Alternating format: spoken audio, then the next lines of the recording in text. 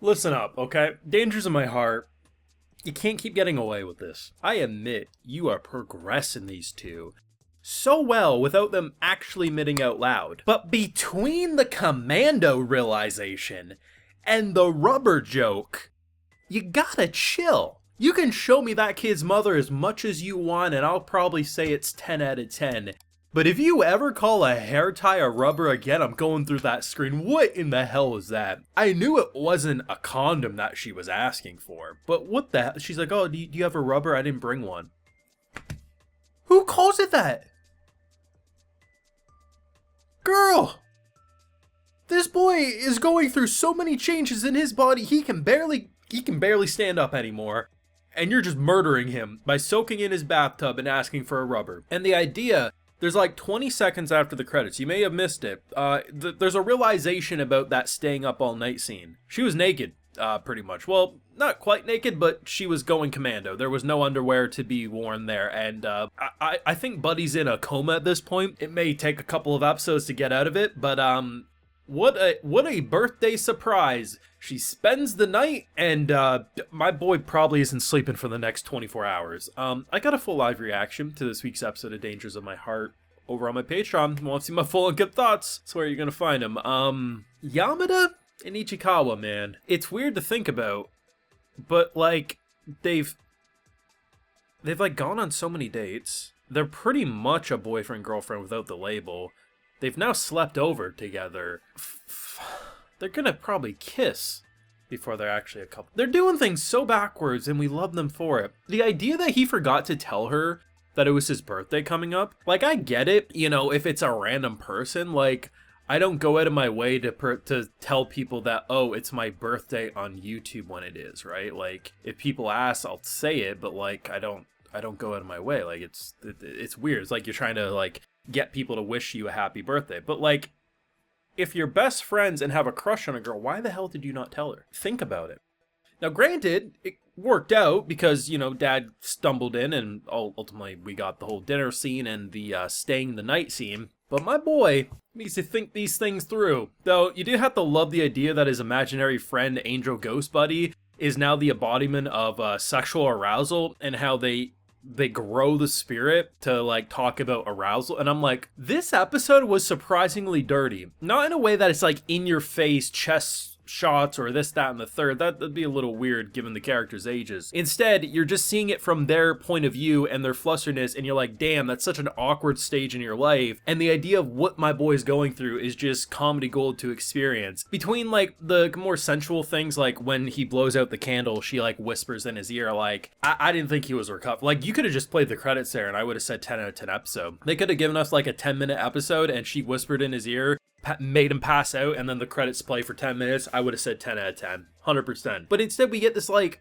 really interesting situation, because what I like about the mom of Yamada is that she's obviously worried about boys. Because think about it, what 13, 14-year-old daughter should be hanging around boys unsupervised? Like, it's gonna be a natural reaction. And the idea that our boy Ichikawa's mom phrase it as, oh, the girls are having a sleepover. It's like, you all freaking know what you're doing, man. Like, I swear to God, like, even if like she's not sleeping in his room, I mean, there's gonna be some obvious worries, especially when your daughter has no fucking chill about asking for rubbers and shit. But it is what it is. But that sweet like staying up all night scene and how he like opens up about his own insecurities, we get that soft, subtle embrace, and honestly, it was just sweet, man. I'm not sure if she was completely faking it or she woke up. It would make sense if she was pretending to be asleep just to see what he would do, but I almost feel like, just given how much of a glutton she is and, you know, how much she probably loves sleeping, she probably was legitimately sleeping and then woke up and just was like very happy about what he did in that moment. But either way, it was just such a great moment. And like, when you hear his birthday, I'm like, okay, maybe we're getting a confession, but it's like, oh, a birthday confession, that doesn't really make a lot of sense. And then it just goes in completely separate directions. Like, this was probably the dirtiest episode of the show without being raunchy. It just like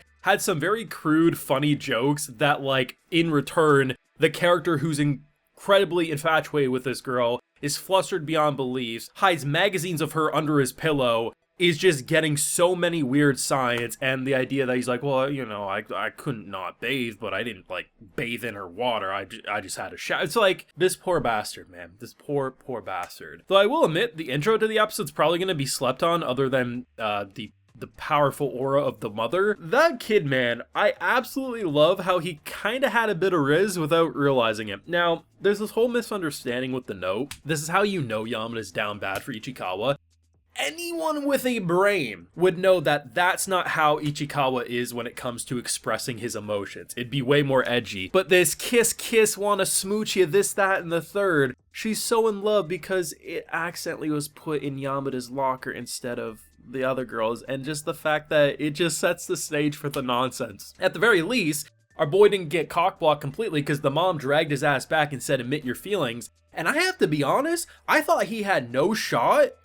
He might actually have a shot with her because she was actually flustered a bit. I was like, okay, was that heart actually intentional, or is she just saying, you know what, I had no interest, but now I'm like, maybe this boy's actually not half bad. I don't know, but I surprisingly ship them now. Never thought I'd say that, especially in the first core of the show, but here we are. I am absolutely blown away by how good this core has been for the dangers in my heart. Most likely we're in a relationship by the end of this core. It would be hard to imagine how they could extend it past 24 episodes just given where we are. And I'm still sticking with my guns that it will be Yamada doing the confessing. I've had some pushback on that, but the more I see of Ichikawa, the more it's like he'll probably try to take the shot, but she'll have to finish it. And I think that symbolism at the basketball court is that he tries to take the shot, doesn't quite do it, and then she finishes and kind of seals the deal. That feels like what's going to happen. And I think after this episode, it's even more guaranteed. She's getting bolder and bolder,